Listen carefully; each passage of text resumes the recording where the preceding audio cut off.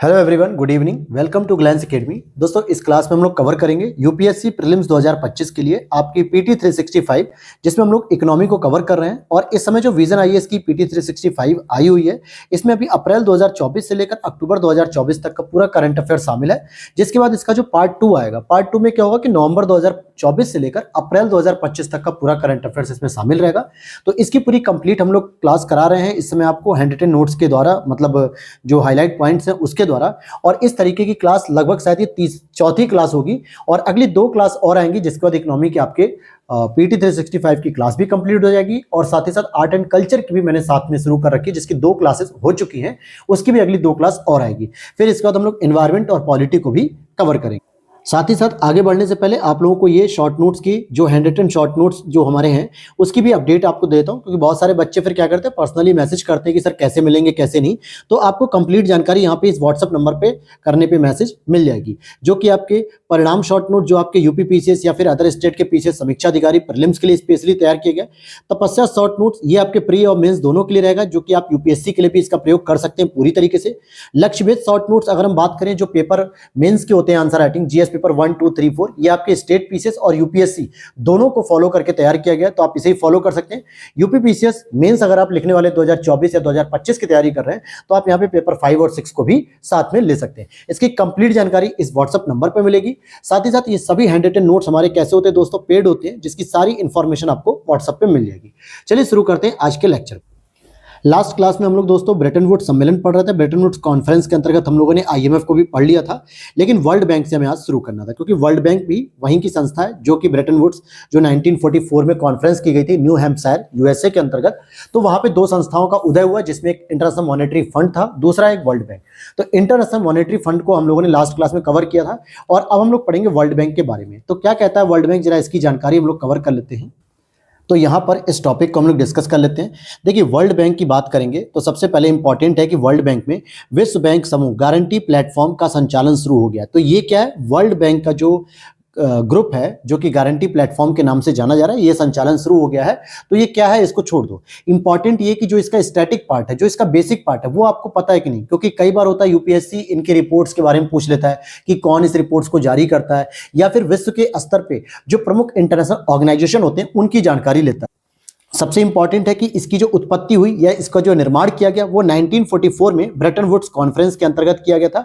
और इसका Washington DC, जो कि यूएस की राजधानी है, यहां पर इसका हेडक्वार्टर भी है। इसका मुख्य कार्य क्या होता है, देखिए इसका जो मुख्य कार्य होता है वो विकासशील देशों को वित्तीय और तकनीकी सहायता प्रदान करते हैं। साथ ही साथ जो अत्यधिक गरीबी होती है उसको समाप्त करने के लिए साझा समृद्धि को भी बढ़ावा देते हैं। जैसे आईएमएफ क्या करता है, ये मैंने लास्ट क्लास में आपको बताया था कि जो आईएमएफ होता है, इंटरनेशनल मॉनेटरी फंड, इसका मुख्य रूप से जो काम होता है वो बैलेंस ऑफ पेमेंट को जो है कि संतुलित करने के लिए, यानी जो भुगतान संतुलन होता है, इसके संकट से बाहर निकलने के लिए सदस्य देशों को देता है, किसी और देश को नहीं। जो इसका सदस्य होगा उसे देगा। परंतु वर्ल्ड बैंक क्या करता है, अपने सदस्य देशों को कुछ ऋण भी प्रदान करता है, वित्तीय रूप से भी और तकनीकी रूप से भी। हालांकि इसके वर्तमान में 189 देश हैं सदस्य, और भारत भी इसका सदस्य ऑलरेडी है। विश्व बैंक समूह में शामिल होने के लिए, जो योग्य होने के लिए देशों को पहले आईएमएफ में शामिल होना चाहिए। यानी ये इंपॉर्टेंट बात है कि इसमें वर्ल्ड बैंक में केवल वही देश शामिल हो सकते हैं जो आईएमएफ के मेंबर होंगे। अब जैसे भारत क्या है, आईएमएफ का मेंबर है। इवन कि भारत ने तो 1991 का जो आर्थिक संकट था, उस दौरान भी जब उदारीकरण की नीति को अपनाया था, तो जो है कि भारत की जो अर्थव्यवस्था के लिए जो हमें लोन चाहिए था, ऋण चाहिए था आईएमएफ से, वो हमें प्रदान हुआ। तो भारत पहले से इसका मेंबर है, वर्ल्ड बैंक का भी मेंबर है। लेकिन जो भी देश वर्ल्ड बैंक का मेंबर बनना चाहते हैं, उनको क्या करना पड़ेगा, आईएमएफ का मेंबर बनना होगा।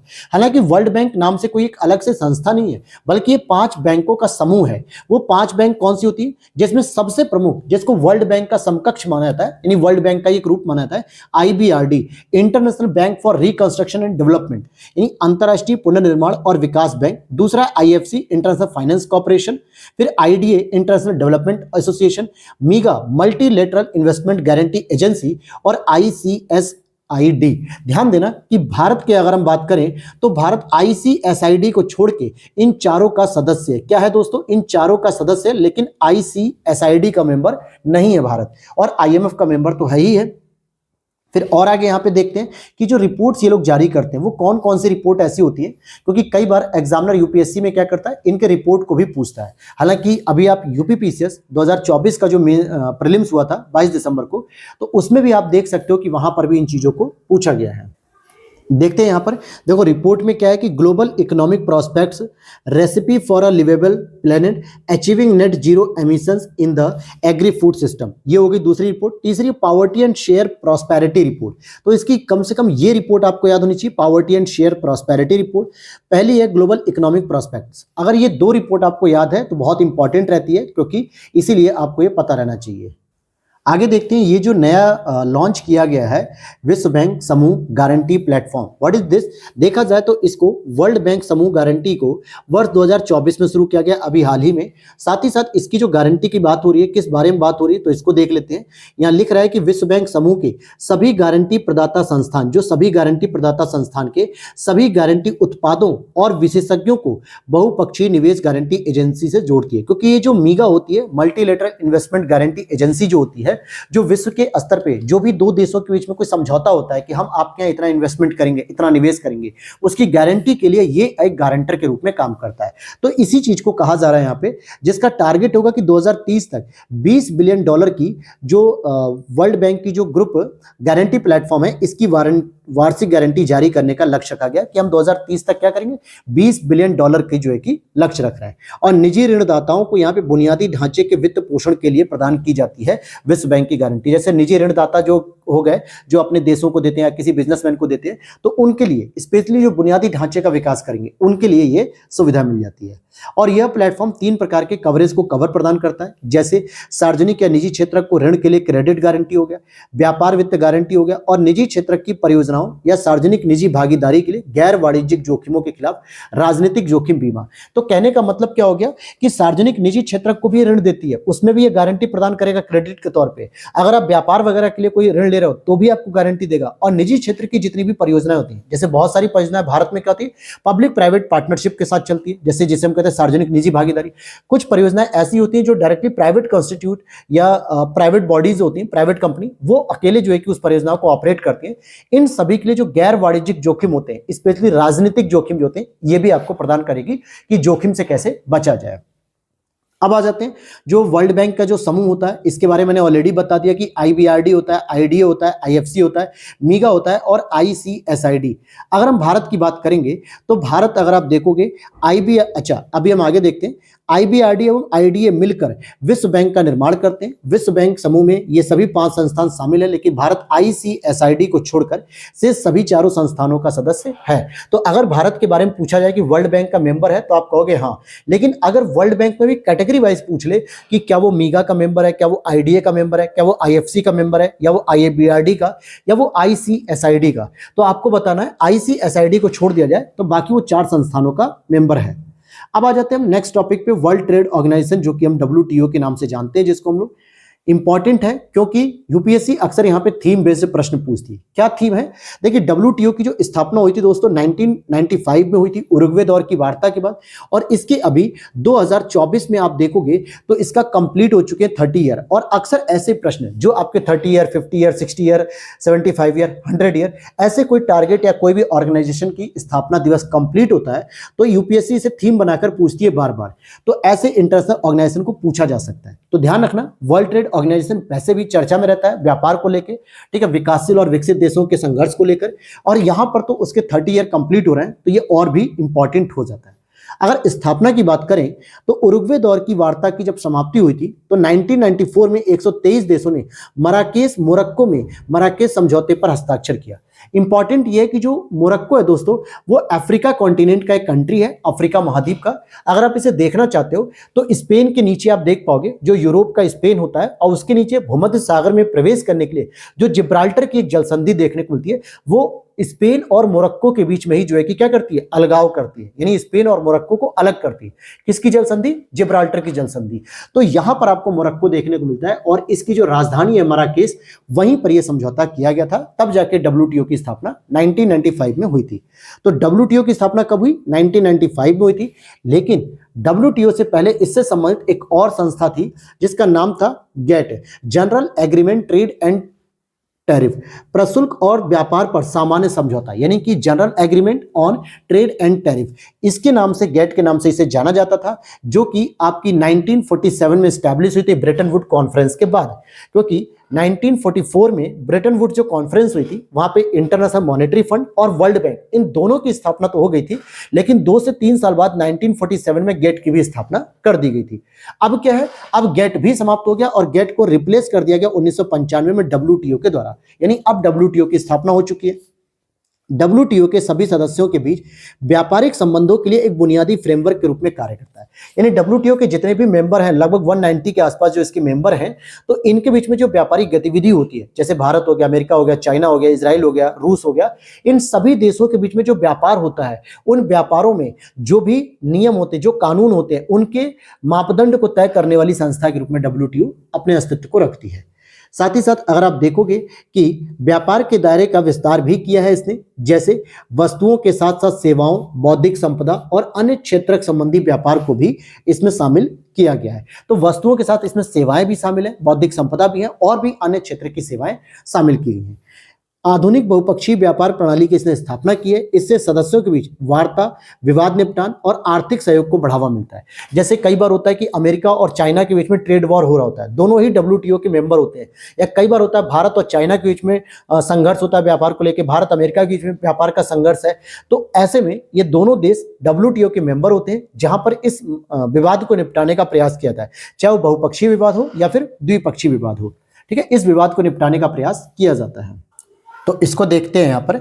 अब जैसे यहाँ पे डब्ल्यूटीओ के बारे में कुछ महत्वपूर्ण जो घटनाक्रम है, इसको भी जान लेते हैं। जैसे एक महत्वपूर्ण घटनाक्रम अभी हमेशा से ही बना रहता है डब्ल्यूटीओ को लेके, जैसे एक तो है कृषि निर्यात पर जो विश्व व्यापार सांख्यिकी की जो रिपोर्ट आई है। जैसे डब्ल्यूटीओ एक रिपोर्ट जारी करता है कि विश्व के स्तर पे जो कृषिगत वस्तु है उनका निर्यात जो उसमें क्या स्टेटस है हर एक देश का। तो देखो, डब्ल्यूटीओ ने एक रिपोर्ट जारी की, कृषि निर्यात पर विश्व व्यापार सांख्यिकी 2023 रिपोर्ट। पहला प्रश्न ही बन सकता है कि रिपोर्ट इस प्रकार की कौन जारी करता है, तो डब्ल्यूटीओ जारी करता है। दूसरे पॉइंट को देखते हैं कि 5 सबसे बड़े निर्यातक जो देश हैं इसमें वो कौन कौन से हैं। 5 सबसे बड़े निर्यातक अगर हम बात करेंगे तो यूरोपीय संघ जो है कि सबसे अधिक निर्यात करता है कृषि उत्पादों का या कृषि वस्तुओं का। फिर दूसरे नंबर पे यूएस आता है, यानी कि संयुक्त राज्य अमेरिका। तीसरे पर ब्राजील आता है, चौथे पर चाइना आता है, पांचवें पर कनाडा आता है। अब स्टार्टिंग के आप 3 तो कम से कम याद रखो ही रखो, यूरोपीय संघ, यूएस और ब्राजील। लेकिन हम भारत की बात करें, क्योंकि भारत भी कृषि प्रधान देश है, सबसे अधिक यहाँ पे एग्रीकल्चर एक्टिविटी होती है, लेकिन फिर भी इस एग्रीकल्चर एक्टिविटी से भारत के उपभोक्ता का पूरा समाधान किया जाता है, यानी कि सप्लाई का काम किया जाता है। परंतु निर्यात भी करता है भारत, और इस मामले में भारत 8वें स्तर पर आता है, 8वें नंबर पे निर्यात को लेकर। क्लियर होगी बात। अब यहां पर देखोगे कि जो कुल वैश्विक निर्यात होता है कृषि का, उसमें भारत की जो हिस्सेदारी है वो 2.24% है। कितनी दोस्तों? 2.24% होती है। तो यहां पर देखोगे दोस्तों, जो मैंने चीजें आपको बताई कि भारत की जो हिस्सेदारी है वो कितनी है दोस्तों, 2.24% है कृषि निर्यात में। इसी तरीके से डब्ल्यूटीओ के और भी कुछ घटनाक्रम है, जैसे एड फॉर ट्रेड पहल है, हालांकि इसको आप पढ़ सकते हो लेकिन कुछ खास नहीं था। और दूसरा इसी तरीके से आप देखोगे anti dumping duty is the most important, क्योंकि भारत में क्या होता है ना कि बहुत सारे जो चाइना के प्रोडक्ट होते हैं जो सस्ते होते हैं, और वो भारत में आके क्या होते हैं, बिकने लगते हैं सस्ते दामों में, जिससे हमारे घरेलू उद्योगों का पतन हो जाता है, या फिर उसको जो है कि कोई पूछता नहीं है। जैसे आप दिवाली पर देखोगे बहुत सारी इलेक्ट्रिक जो झालरें होती है ना, जो हम लोग डेकोरेशन के लिए लगाते हैं, फिर हम लोग बहुत सारे ऐसे रील्स देखते हैं कि हमें जो है कि देसी कुम्हारों को या जो देसी मिट्टी के दिए बनाते हैं उन्हें प्रमोट करना चाहिए, इन चीजों को हमें अवॉइड करना चाहिए, चाइनीज चीजों को। तो ये डंपिंग ग्राउंड हो जाता है। अभी हाल ही में मोदी जी की एक ट्रिप रही अमेरिका में, तो वहां से भी ऐसे बहुत सारे देखने को मिल रहा है कि आयात शुल्क कम कर दिया गया, जिससे डंपिंग ग्राउंड बन सकता है। तो यहां पर अगर आप देखोगे कि इसके लिए क्या करना होता है, यहां पर भारत ने घरेलू उद्योग को सस्ते आयात से बचाने के लिए चीन से आयात पर एंटी डंपिंग ड्यूटी लगाने हेतु जांच शुरू की है। मतलब जो हमारा घरेलू उद्योग है उसको सस्ते आयात, अगर मान लो कि बाहर से हम कोई ऐसा प्रोडक्ट मंगाते हैं जो घर में यानी हमारे देश के अंदर 20 रुपए में बन रहा है और हमें बाहर से मंगाने पे केवल 15 रुपए का पड़ रहा है, तो हम उसी को बेचेंगे ना फिर तो, क्योंकि प्रॉफिट तो हमारा उसी में है, 5 रुपए भी बच रहे हैं, मार्जिन भी अच्छा खासा है। इस वजह से चीन से आयात होने के लिए जितने भी वस्तु आती है उस पर एंटी डंपिंग ड्यूटी लगाने की जांच शुरू की जा रही है। डब्ल्यूटीओ के तहत अनुचित व्यापार व्यवहार माना जाता है इसे, कि अगर डंपिंग की जा रही है, डंपिंग में क्या नुकसान होता है, घरेलू जो उद्योग होते हैं वो हमारे हत उत्साहित होते हैं, क्योंकि वो बड़ी मेहनत करके इनोवेशन करके जैसे तैसे कोई सामान बनाते हैं मार्केट में बेचने के लिए, परंतु बाहर से कोई देश से अगर हम सामान लगातार मंगा रहे हैं और उस पर कोई आयात शुल्क नहीं है या बहुत ही कम है, तो कहीं ना कहीं वो डंपिंग ग्राउंड बन जाता है भारत। और भारत क्या है, दुनिया का सबसे अधिक जनसंख्या वाला देश है, जहां पर इतना बड़ा मार्केट है कि कोई भी देश अपने सामान को सस्ते दरों पे भी अगर भारत में बेचेगा तो कहीं ना कहीं बहुत प्रॉफिट कमाएगा और भारत के उद्योग नष्ट होने लगेंगे। क्लियर? इसको अनुचित व्यापार व्यवहार मानता है डब्ल्यूटीओ, और यह अंतर्राष्ट्रीय व्यापार को विकृत करता है और उसे नकारात्मक रूप से प्रभावित करता है, इसीलिए एंटी डंपिंग के खिलाफ होता है भारत। साथ ही साथ डंपिंग कब होती है, जब कोई देश किसी वस्तु को अपने घरेलू बाजार मूल्य से कम मूल्य पर किसी अन्य देश को निर्यात करने लगता है, तो इसी को कहा जाता है डंपिंग करना। और सामान्यतः डब्ल्यूटीओ एंटी डंपिंग समझौते के तहत एंटी डंपिंग उपाय करने की अनुमति दी गई है निष्पक्ष प्रतिस्पर्धा के लिए। आगे देखते हैं, इसी प्रकार से एक और प्रोग्राम होता है विश्व टैरिफ प्रोफाइल रिपोर्ट। इसमें क्या करता है डब्ल्यूटीओ, विश्व टैरिफ प्रोफाइल रिपोर्ट 2024 कहती है, डब्ल्यूएचओ की रिपोर्ट है, कि 2023 में भारत गैर प्रशुल्क उपायों का उपयोग करने वाला दूसरा सबसे बड़ा देश हो गया। हालांकि डब्ल्यूएचओ नहीं होना चाहिए था, डब्ल्यूटीओ होना चाहिए था दोस्तों। तो ये हो गया। इसी तरीके से गैर प्रशुल्क उपाय क्या होते हैं, गैर प्रशुल्क उपायों के उदाहरण क्या होते हैं, ये सभी चीजें यहां पर मेंशन की गई।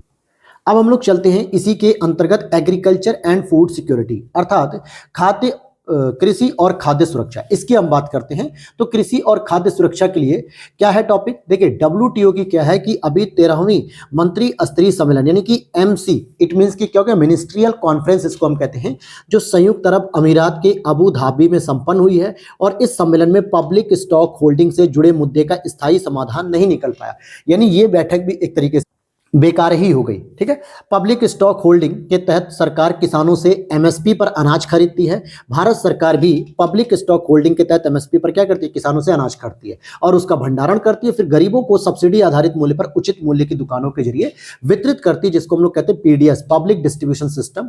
और इसके अंतर्गत 1 रुपए किलो, 2 रुपए किलो, 3 रुपए किलो करके सामान को बेचा जाता है। तो यहां पर इस पे भी एक रणनीति बननी थी, इस पर भी एक समझौता होने था, लेकिन यह भी फेल हो गया, क्योंकि जो विकसित देश होते हैं वो चाहते हैं कि एमएसपी कम से कम दी जाए विभिन्न देशों के द्वारा, स्पेशली विकासशील देशों के द्वारा। और विकासशील देशों का नेतृत्व करता कौन है दोस्तों, भारत है, जो कभी नहीं चाहेगा कि कभी एमएसपी या सब्सिडी को कम किया जाए, क्योंकि उससे क्या है, भारत का जो एग्रीकल्चर मार्केट है, जो किसान है, जो गरीब संख्या है, जनसंख्या, उसको बहुत नुकसान होगा। इसी तरीके से एक पॉइंट होता है डी मिनिमिस सीमाएं, इसको क्या कहते हैं, किसी देश का कुल सब्सिडी बिल उस देश के फसल उत्पादन के मूल्य से विकासशील देशों के मामले में 10% और विकसित देशों के मामले में 5% अधिक नहीं होना चाहिए। ये डी मिनिमिस का जो प्रोविजन है दोस्तों, ये डब्ल्यूटीओ के द्वारा लगाया गया। इसको समझ लीजिए फिर से मेरी बात को, डब्ल्यूटीओ कहता है कि जो भी विकासशील देश हैं वो सब्सिडी कितनी दे सकते हैं, केवल और केवल 10% दे सकते हैं उत्पादन वैल्यू के, या फिर विकसित देश कितनी दे सकते हैं, 5% से अधिक नहीं दे सकते। जबकि भारत की अगर हम बात करें तो फसल उत्पादन के लिए अलग अलग प्रकार की सब्सिडीज दी जाती है, जैसे बीज को सब्सिडीज पे देना, खाद या यूरिया को सब्सिडी पे देना, और अच्छे हाई क्वालिटी के बीज को, फिर ट्रैक्टर वगैरह, बिजली वगैरह जो होती है उसे भी सब्सिडाइज कर दिया जाता है। जैसे किसानों के लिए बिजली सस्ती होती है, ट्रैक्टर वगैरह अगर किसान खरीद रहा है तो भी सस्ता है, सोलर पंप लगाया जा रहा है, सिंचाई की व्यवस्था भी, तो बहुत अधिक मात्रा में सब्सिडाइज किया जाता है भारत में, जिससे विकासशील देशों के मामले में ये जो प्रतिशत है लगभग 22% के आसपास पहुंच जाता है। और इसी चीज की वजह से भारत में कृषि खाद्यान्नों की कीमत क्या होती, कम हो जाती, जिसका विरोध करते हैं ये विकसित देश। वो कहते हैं हम तो 5% तक देते हैं, लेकिन जो विकासशील देश है, प्रमुख रूप से भारत जैसे देश, जो 22 से 25% तक सब्सिडाइज करती हैं, जो डब्ल्यूटीओ के डी मिनिमिस रूल्स के क्या है, अगेंस्ट है। तो यहां पर भी एक प्रॉब्लम आती है। हालांकि इसकी जो गणना होती है 86-88 बेस ईयर पे होती है। आगे बात करते हैं पब्लिक स्टॉक होल्डिंग के मामले पर क्या देशों के मध्य मतभेद रहा, क्यों जो है कि इस पे एक समझौता नहीं हो पा रहा है। पहली चीज, भारत और कई अन्य विकासशील देश कह रहे हैं कि भैया सब्सिडी की जो डी मिनिमिस सीमा दे रखी ना आपने विकासशील देशों के लिए 10% और विकसित देशों के लिए 5%, इसे बढ़ाया जाए। यानी डब्ल्यूटीओ क्या करेगा, इसको कम से कम अगर 25% कर देगा तो बेहतर होगा, ताकि हमारे भारत जैसे देशों को जो सब्सिडी देनी पड़ती है उसमें कम नुकसान उठाना पड़ेगा। दूसरी चीज, विकसित देशों की क्या डिमांड है कि विकसित देश का मानना है पब्लिक स्टॉक होल्डिंग की व्यवस्था बाजार को विकृत कर देती है। भाई सीधी सी बात है, अगर हमारा किसान 100 रुपए की कीमत की किसी वस्तु को पैदा करता है जिसमें भारत सरकार के द्वारा 25 रुपए का योगदान किया गया है और साथ ही साथ इसने लगभग 75 और 25 का रेशियो चल रहा है, तो ये प्रोडक्ट सस्ता होकर मार्केट में इजीली बिक जाएगा। जबकि विकसित देश क्या है, 95 तो किसान लगा रहा है और 5% जो है कि क्या कर रही है, गवर्नमेंट लगा रहा है, तो इसका कीमत ज्यादा होगा क्योंकि किसान की कीमत ज्यादा लग रही है। यही जो प्रॉब्लम आती है कि विकासशील देश कह रहे हैं भाई इस डी मिनिमस की लिमिट को बढ़ाओ, विकसित देश कह रहे हैं कि नहीं ये बाजार को विकृत करेगा। यही एक डिस्प्यूट रहा जिसकी वजह से आपका जो एग्रीकल्चर फूड सिक्योरिटी पे यहां पे कोई भी एक समाधान नहीं निकल सका। समझ में आ गया। अब यहां पर एक और मुद्दा चलता है, एग्रीमेंट ऑन एग्रीकल्चर की बात करेंगे तो इस पे समझौते के बारे में बात करें। सबसे पहले उरुग्वे दौर में इस समझौते पर मतलब इस पर समझौता हुआ 1994 मराकेश मोरक्को में इसकी अभी पुष्टि हुई। ध्यान देना, मोरक्को जो है कि पश्चिमी अफ्रीका का एक उत्तर पश्चिमी अफ्रीका का देश है जो कि जिब्राल्टर जल संधि के पास पाया जाता है। इट मीन्स की स्पेन और पुर्तगाल के नीचे, ठीक है, मोरक्को। और इसी उरुग्वे दौर के वार्ता के दौरान ही 1995 में WTO की स्थापना कर दी गई थी। और यहाँ पे 3 प्रकार के व्यापक क्षेत्रों के प्रावधान जुड़े थे। पहला कि बाजार कर एक्सेस कौन सा होगा, घरेलू पहुंच और निर्यात सब्सिडी। बाजार पहुंच में आप देखोगे तो टैरिफ और प्रशुल्क में कमी करना बाजार पहुंच के अवसर में शामिल है कि अगर आप टैरिफिकेशन कम करोगे, प्रशुल्क में कमी करोगे तो इजीली सारे प्रोडक्ट बाजार तक पहुंच पाएंगे। घरेलू पहुंच यहां पर करने की बात होती है। और निर्यात सब्सिडी जो कि क्या होता है, ऐसे तरीकों समझता है जो निर्यात को कृत्रिम रूप से प्रतिस्पर्धी बनाते हैं। हालांकि आपको ये पूरा डिटेल जानने की जरूरत नहीं है, इतना जान लो कृषि पर जो समझौता होता है उसमें ये 3 प्रमुख बातें होती है। अब जो प्रश्न बन सकता है यूपीएससी के द्वारा, यूपीएससी क्या करेगी आपसे सीधा, और इवन क्या पीवाईक्यूज में देखोगे 2017 या 18 2016-17 के आसपास यूपीएससी ने WTO की सब्सिडी के बारे में डायरेक्ट प्रश्न पूछा ये वाले। हालांकि सब्सिडी छोड़ दो, WTO के बारे में हमेशा यूपीएससी हर 1 से 2 साल के गैप पे प्रश्न पूछती है।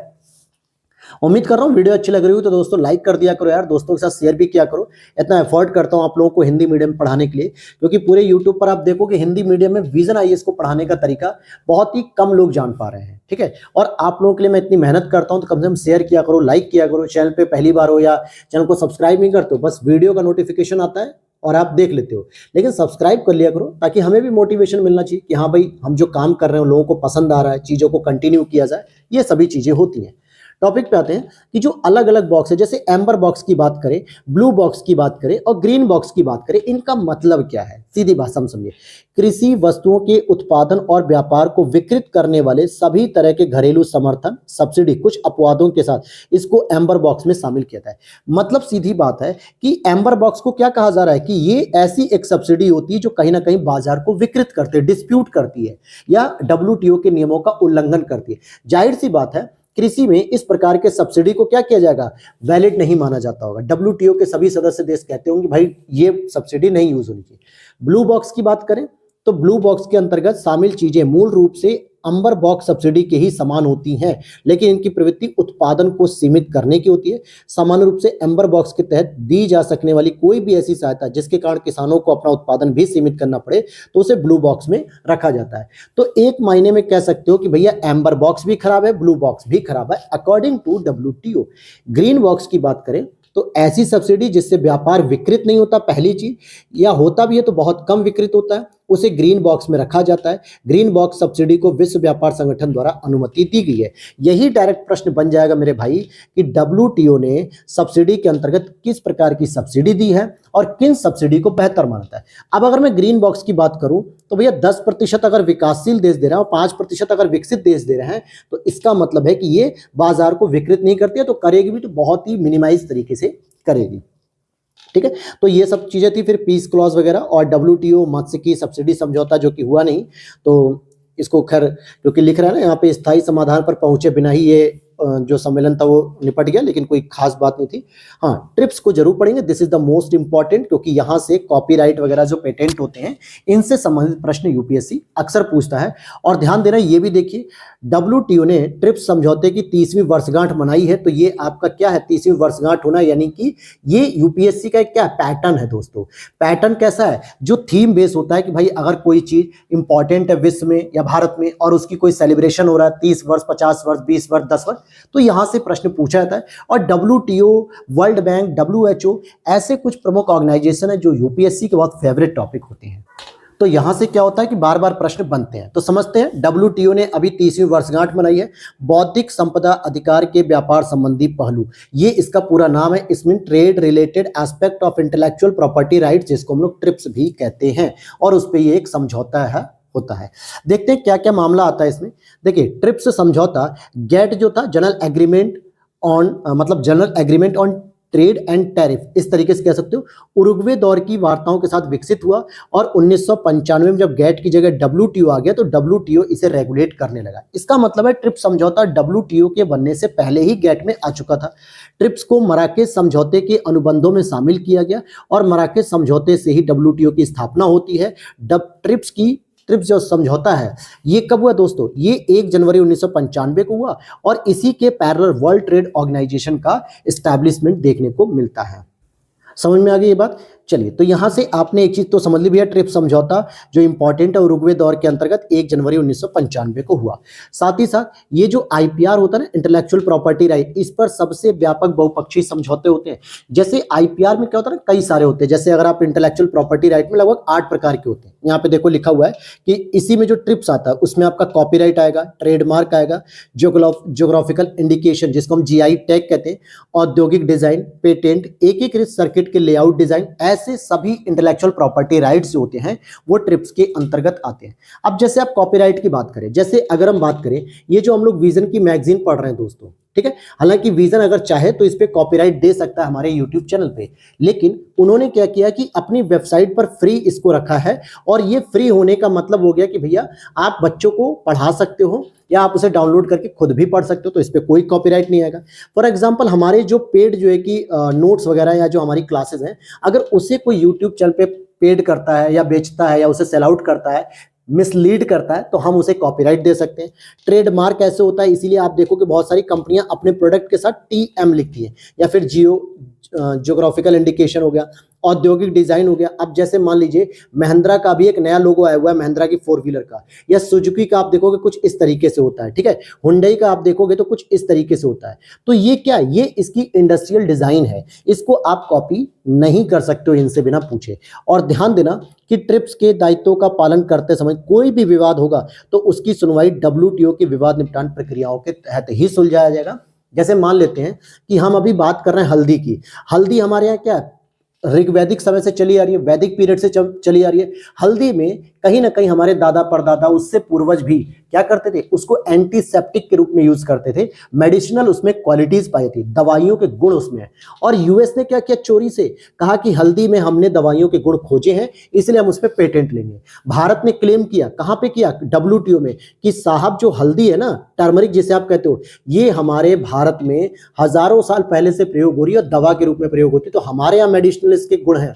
साथ ही साथ इसी तरीके से आप तुलसी का देख लो, तुलसी में भी जो है कि पेपरमिंट वगैरह देख लो, इन सब में मेडिसिनल गुण है। और इन सभी चीजों पे अगर कोई भी देश अपना पेटेंट लेगा तो भारत WTO में जो है कि क्लेम करेगा और WTO में ही इस पे सुनवाई की जाएगी। Is it clear? तो ये बातें समझ में आ गई होंगी। क्या भारत आपका ट्रिप्स में समझौते में शामिल है? बिल्कुल। अगर ट्रिप्स समझौते में भारत शामिल नहीं होगा तो वो किसी भी पेटेंट को लेकर क्लेम नहीं कर सकता WTO में। तो भारत 1995 में ही ट्रिप्स में समझौते में शामिल हो गया। ट्रिप्स समझौते को लागू करने के लिए जो भारत में पहले से पेटेंट अधिनियम 1970 चल रहा था, इसको संशोधित किया गया और पेटेंट संशोधन अधिनियम 2005 को लाया गया था। ठीक है, तो ये वाली चीजें समझ में आ गई। अब आगे हम लोग चलते हैं अगले टॉपिक पे, ग्रोथ एंड डेवलपमेंट। अब हम अपने नए सेक्शन की ओर चल रहे हैं जिसमें ग्रोथ एंड डेवलपमेंट पे बात करेंगे, विकास और वृद्धि पर। तो सबसे पहले इसमें हम बात करेंगे GFCF, इट मींस की ग्रॉस फिक्स्ड कैपिटल फॉर्मेशन या सकल स्थायी पूंजी निर्माण। पहली चीज आपको पता होना चाहिए पूंजी निर्माण क्या होता है। पूंजी निर्माण का मतलब होता है जब भी किसी देश के अंतर्गत कोई भी पूंजी बनाने के लिए अतिरिक्त पूंजी की आवश्यकता कम से कम पड़े तो उसे हम पूंजी निर्माण कहते हैं। इसी के कई एक रूप होते हैं, जैसे अगर हम बात करें मानव पूंजी, तो मानव पूंजी का मतलब क्या हो गया कि जब मनुष्यों में हम इन्वेस्ट कर रहा हूं, यानी लोगों की सुविधाओं में इन्वेस्ट कर रहा हूं। फॉर एग्जांपल, अगर लोगों को बेहतर जो है कि चिकित्सा सुविधा मिली है, लोगों को बेहतर एजुकेशन मिली है, लोगों को बेहतर जो है कि स्किल इंडिया प्रोग्राम के तहत उनको कौशल किया जा रहा है, टेक्नोलॉजी से इनोवेटिव किया जा रहा है, तो कहीं ना कहीं वो व्यक्ति बाकी लोगों की अपेक्षा बेहतर काम करने में सक्सेस होगा। इट मींस कि उसके पास क्या हो गया, पूंजी निर्माण हो गया। इसी को लेकर हम रिपोर्ट पढ़ेंगे कि जीडीपी के प्रतिशत के रूप में निजी सकल स्थायी पूंजी निर्माण की धीमी समृद्धि भारतीय अर्थव्यवस्था के लिए एक बड़ी चुनौती पैदा कर रही है। ये एक बड़ी चुनौती आ रही है, रिपोर्ट ऐसी आ रही है कि जो जीडीपी का रेशियो है वो लगातार जो है कि कम हो रहा है, उसमें भी निजी सकल स्थायी पूंजी निर्माण इसकी जो धीमी ग्रोथ हो रही है ना, ये बहुत प्रॉब्लमेटिक है। अभी जैसे आप देखोगे कि 6.5% पे जीडीपी हो गई हमारे इंडिया की, जबकि इससे पहले कितनी थी, लगभग 7% थी, उससे पहले 8%, उससे पहले 8.5%, लगातार कम होती जा रही है जीडीपी हमारी। आखिर ये क्या है, कोविड के इंपैक्ट भी देखने को मिल रहे हैं। ठीक है, अब यहां पर हम बात करेंगे भैया कि जीएफसीएफ होता क्या है, इसका मतलब ग्रॉस फिक्स्ड कैपिटल फॉर्मेशन क्या होता है।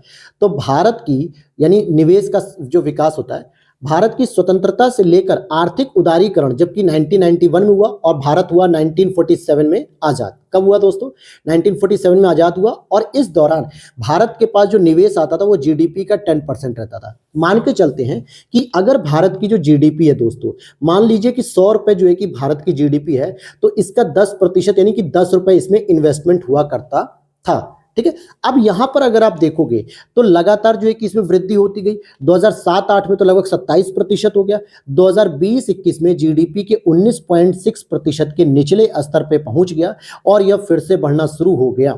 यहां पर आप देख सकते हो कि इस दौरान ये जो है कि नीचे आया, फिर ये धीरे धीरे बढ़ना शुरू हो गया।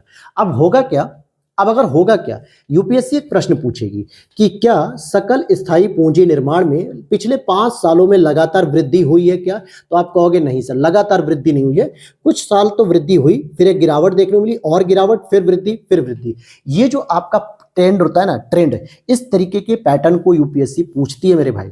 तो यहां पर ध्यान देना कि उच्च बचत दर वाली अर्थव्यवस्था में भी कई बार पूंजी निर्माण से उत्पादन में उल्लेखनीय वृद्धि नहीं होती है। यह कि उत्पादन बढ़ाने के लिए अधिक पूंजी लगाने की आवश्यकता है, जिससे पूंजी उत्पाद अनुपात बढ़ जाता है। इसका मतलब क्या हो गया, मान लो हमारे पास तो पर कैपिटा इनकम बहुत कम है, हमारे पास अपने इतने खर्चे ही होते हैं कि हम बचत नहीं कर पाते, लेकिन यूरोपीय कंट्रियों में बहुत सारे ऐसे कंट्री हैं जो उच्च बचत दर वाले हैं, यानी कि उनकी जो सेविंग्स होती है ना वो बहुत ज्यादा होती है, उनकी इनकम ज्यादा होती है, खर्चे होने के बाद भी उनके पास क्या सेविंग्स बहुत ज्यादा बच रही है। इस वजह से वो क्या करते हैं, हाईएस्ट जो है कि इनकी सेविंग रेट होती है, लेकिन उसके बावजूद भी उत्पादन नहीं बढ़ पाता। क्योंकि मैंने आपको इकोनॉमी का जो फाइनेंस वाला जो टॉपिक था, अभी इससे पहले हमने बैंकिंग पढ़ा, तो उसमें मैंने बताया भी था कि अगर आप अपने बैंकों में अधिक से अधिक बचत करते हो तो बैंक में जो इंडस्ट्री के लोग होते हैं, जो निवेश करने वाले लोग होते हैं, वो इजीली आते हैं और उत्पादन के लिए निवेश के रूप में ऋण लेके चले जाते हैं। लेकिन अगर किसी देश में बचत हो ही नहीं रही है तो वहां पर उत्पादन नहीं बढ़ेगा। लेकिन कई बार होता है कि उच्च बचत दर वाले देशों में भी पूंजी का निर्माण उत्पादन में उल्लेखनीय वृद्धि नहीं कर पाता है। तो इस चीज को यहां तक आप समझ गए कि इसका मतलब क्या हुआ कि जब स्वतंत्रता से लेकर उदारीकरण तक जीडीपी के 10% के आसपास निवेश होता था, फिर बाद में जो है कि बढ़ा भी, लेकिन फिर 2011-12 से गिरावट भी देखने को मिली, 2021 में जो है कि 19.6% पे आ गया और फिर से बढ़ना शुरू हो गया। इसका मतलब लास्ट 5 ईयर से लगातार बढ़ नहीं रहा है। ठीक है, अब यहां पर बात करते हैं कि पूंजी निर्माण किसे कहते हैं। जैसे संयंत्र, उपकरण, मशीनरी जैसी परिसंपत्तियों तथा शिक्षा, स्वास्थ्य, कौशल विकास के माध्यम से मानव पूंजी में निवेश की प्रक्रिया को हम पूंजी निर्माण कहते हैं। मतलब अगर आप बड़े बड़े प्लांट लगाते हो, बड़े बड़े इंडस्ट्रीज को एस्टैब्लिश करते हो, टूल्स वगैरह, मशीनरी, उपकरण वगैरह तैयार करते हो, साथ ही साथ शिक्षा, स्वास्थ्य, कौशल विकास अगर करते हो, तो मानव पूंजी में निवेश जब करते हो तो इसी को हम पूंजी का निर्माण कहा जाता है। मतलब एक बार हम इन्वेस्टमेंट करें इनमें और बाद में ये बच्चे इतने शिक्षित हो जाएं, इतने कुशल हो जाएं, इतने स्किल्ड हो जाएं कि इन्हें रोजगार के लिए परेशान ना होना पड़े। ठीक है, वर्तमान में जो सकल स्थायी पूंजी निर्माण के लिए जो बेस ईयर है वो 1999 से 2000 है।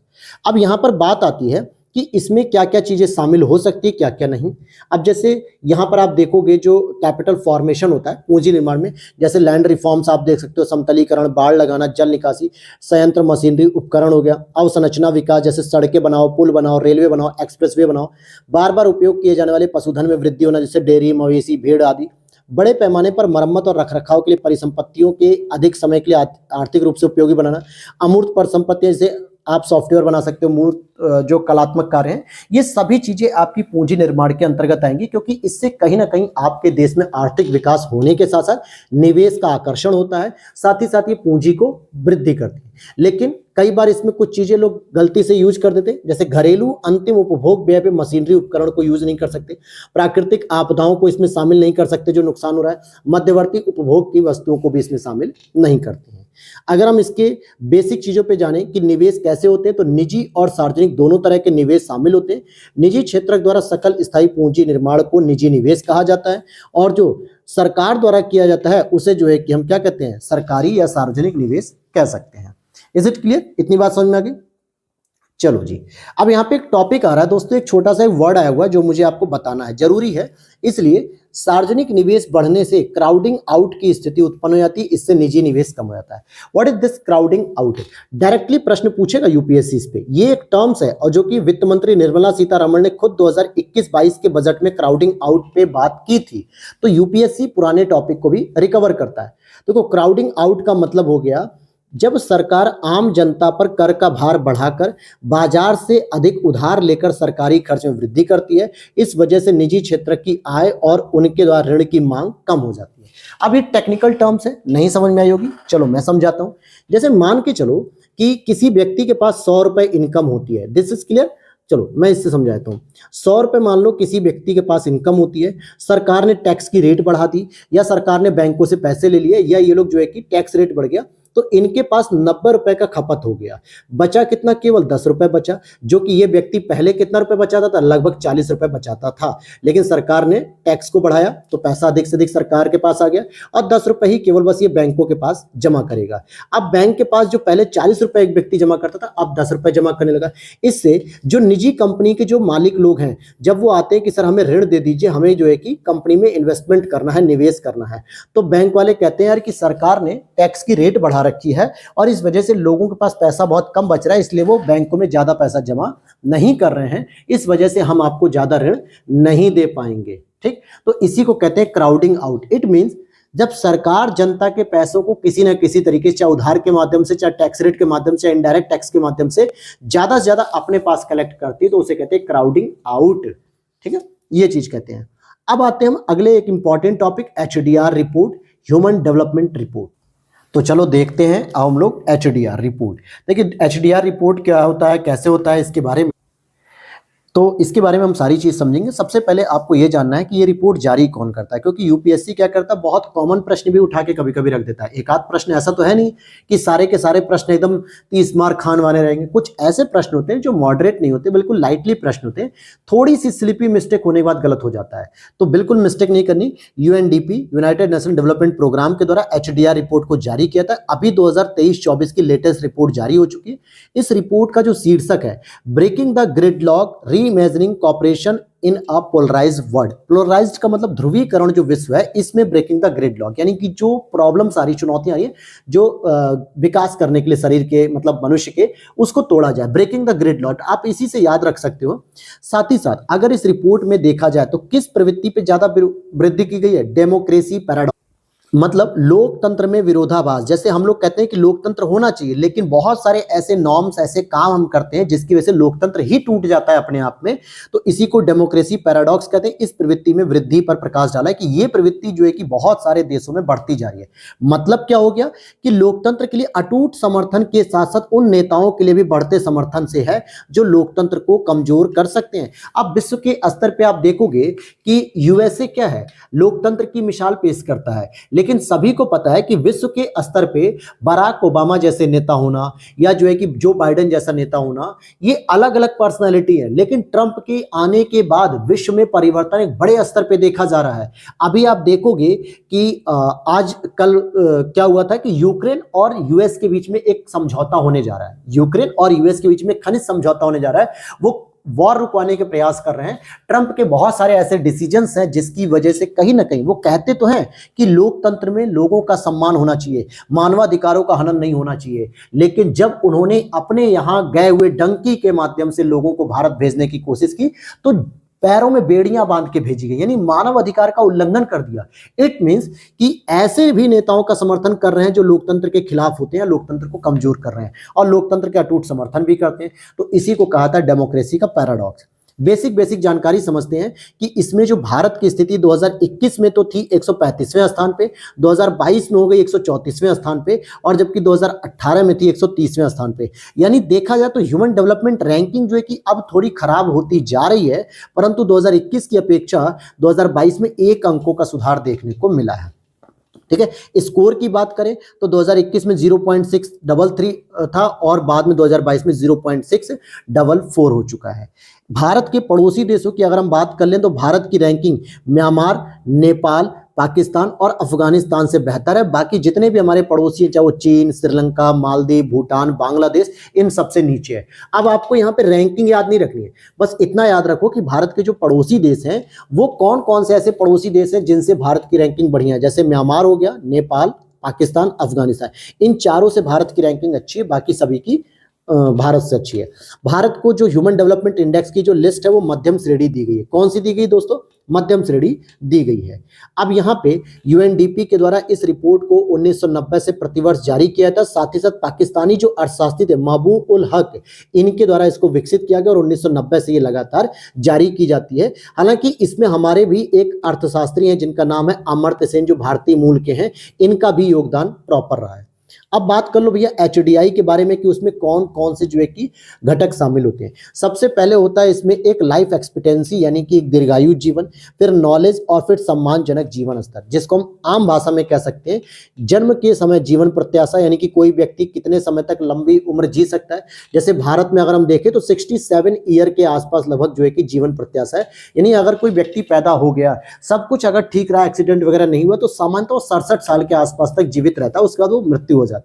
क्योंकि या तो उसकी हेल्थ कमजोर होती है समय के साथ, या वो ऐसे भोजन का सेवन करता है जो कहीं ना कहीं केमिकल से बने होते हैं, या फिर कहीं ना कहीं वो नशे वगैरह करता है जिससे वो मर जा रहा है। दूसरा, आपकी शिक्षा कैसी, स्कूली शिक्षा के अपेक्षित वर्ग और आपने औसत वर्ग, यानी कि कितनी उम्मीद है कि भारत में कोई भी लड़की कितने एजुकेशन तक पढ़ती है, लड़का कितने साल तक पढ़ता है। नॉर्मली आप देखोगे एवरेज है कि लड़कियां अब ग्रेजुएशन तक पहुंच रही हैं, उसके आगे हायर एजुकेशन अभी बहुत कम कर रही हैं। लड़कों का भी देखोगे तो नॉर्मली ग्रेजुएशन तक पहुंचते हैं, उसके ऊपर हायर एजुकेशन बहुत करेंगे तो मास्टर डिग्री कर लेते हैं, बाकी कुछ नहीं करते। प्रति व्यक्ति आय यानी कि जीएनपी, तो ये 3 ऐसे सूचकांक हैं जिनको शामिल किया जाता है और इनको 4 अलग अलग कैटेगरी में डिवाइड किया जाता है। जैसे जिन देशों में निम्न मानव सूचकांक होता है, निम्न मानव विकास होता है, उनको रैंकिंग दी जाती है 0.550 से कम। जो 0.550 से लेकर 0.699 तक होते हैं तो मध्यम मानव विकास, जिसमें भारत भी आता है 0.644 करके इस बार इसकी रैंकिंग मिली है 2022 में। ठीक है, इसीलिए भारत की रैंकिंग के साथ 134वां स्थान मिला। उच्च मानव विकास 0.7 से 0.799 और अति उच्च में हो जाएगा 0.8 से अधिक। ठीक है, तो ये 3 का फैक्टर होते हैं जिसमें 4 रैंकिंग दी जाती है। अब यहां पर क्या है कि ह्यूमन डेवलपमेंट के द्वारा मानव विकास मापने के लिए कुछ प्रमुख सूचकांक होते हैं। जैसे अगर आप देखोगे कि ह्यूमन डेवलपमेंट करने के लिए लैंगिक असमानता सूचकांक कितना हो रहा है, यानी कि जेंडर इनइक्वालिटी इंडेक्स है, क्या इसमें भी भारत अच्छा परफॉर्मेंस कर रहा है? तो आप देखोगे कि 2022 में भारत 108वें स्थान पर आ गया, जबकि 2021 में 122वें स्थान पर था।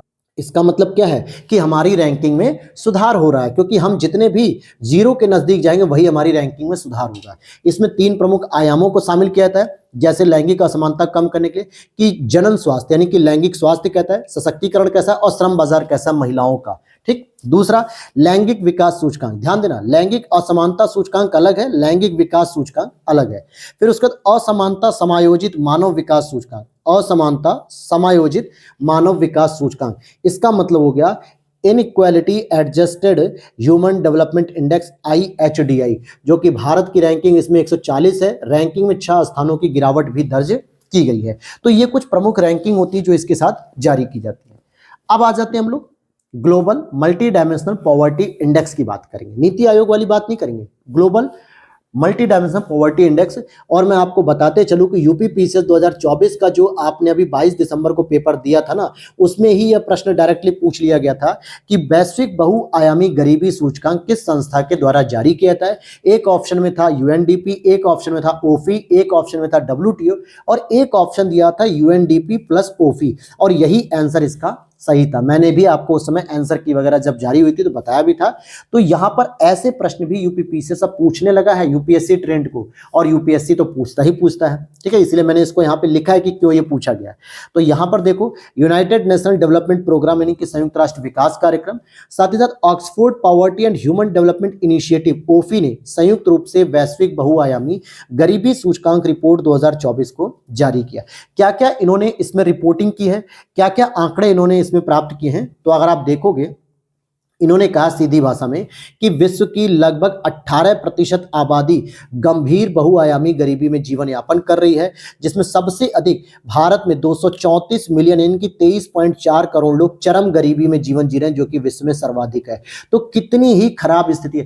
हालांकि ये कहा जाता है कि यूपीएससी अक्सर वो प्रश्न बिल्कुल नहीं पूछती है जिसमें भारत को बहुत ही दयनीय स्थिति में दिखाया जाता है या भारत की बहुत ही नकारात्मक छवि प्रस्तुत करता है। लेकिन कई बार ऐसा हुआ है यूपीएससी ने प्रश्न पूछे जो नकारात्मक छवि जरूर प्रस्तुत कर रहे हैं, लेकिन आपके पास इसकी जानकारी है कि नहीं, ये जानने के लिए यूपीएससी ने पूछा है। तो यहां से इसको पूछा जा सकता है मेरे दोस्त कि वैश्विक बहुआयामी गरीबी सूचकांक में जो विश्व की लगभग 18% आबादी है ना, उसमें अकेले 23.4 करोड़ भारत में चरम गरीबी में लोग जी रहे हैं, जो कि पूरे विश्व में सर्वाधिक है।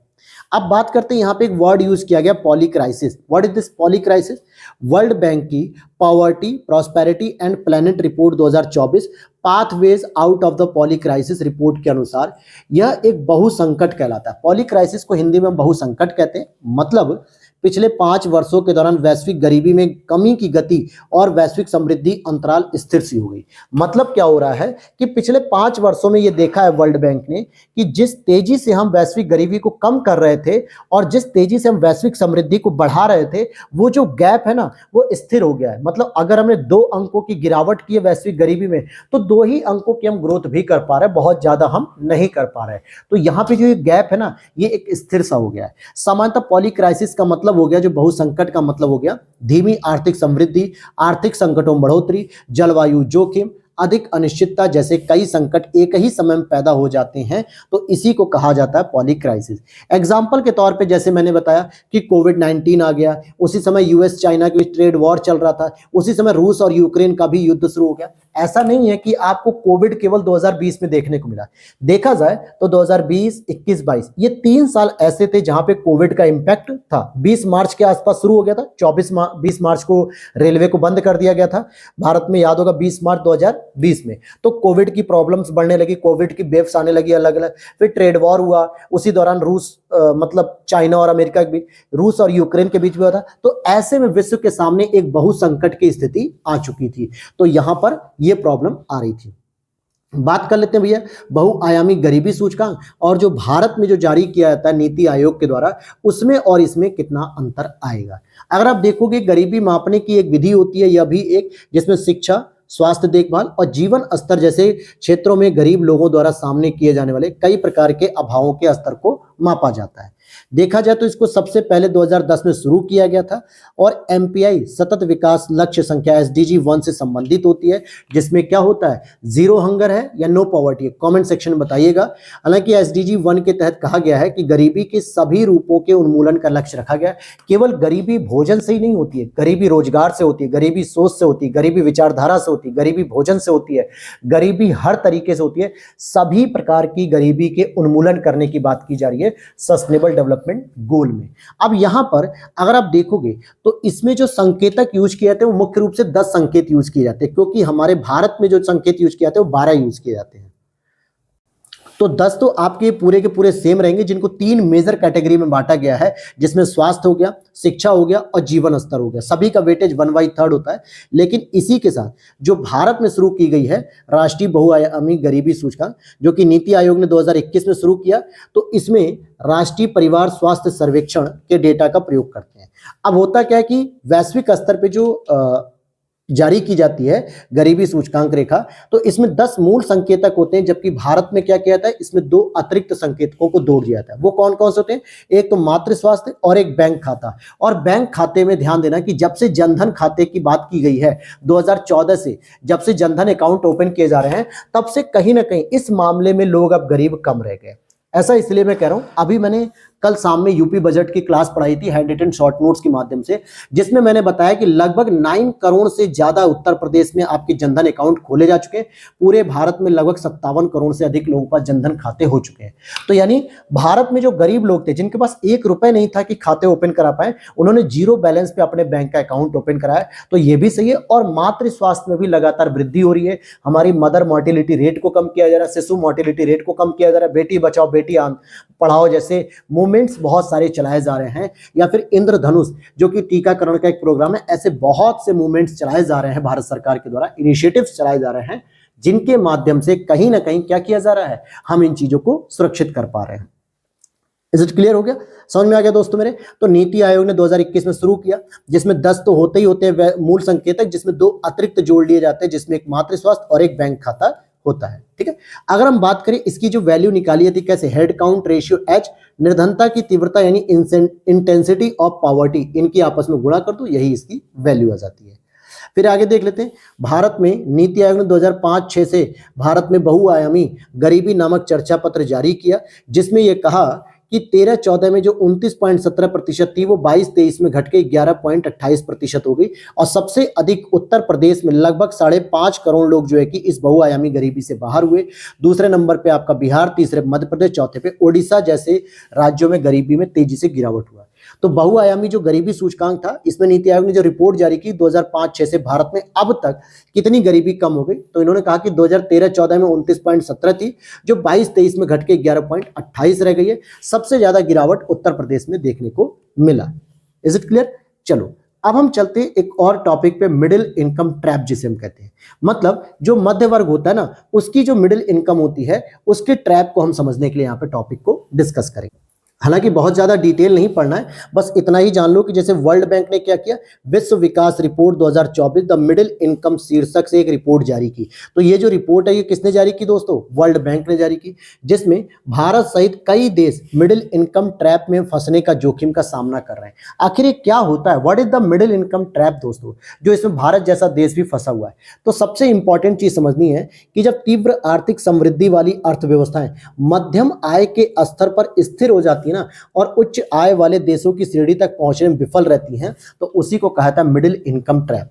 अगर हम बात करें तो जब वर्ल्ड बैंक की रिपोर्ट आती थी या यूएनओ की रिपोर्ट आती थी, तो उसमें कहा जाता था कि पूरी दुनिया में भारत एक ऐसी अर्थव्यवस्था है जो बहुत तेजी से ग्रो कर रही है। पिछले 4 से 5 सालों के रिकॉर्ड की मैं बात कर रहा हूं कि भारत की एक ऐसी अर्थव्यवस्था है पूरी दुनिया में जो बहुत तेजी से ग्रो कर रही है, यानी इसकी जीडीपी 6-7% के हिसाब से ग्रोथ कर रही है, जबकि दुनिया के और देशों की जीडीपी 4-5% के हिसाब से ग्रो कर रही थी लास्ट ईयर कंपैरिजन में।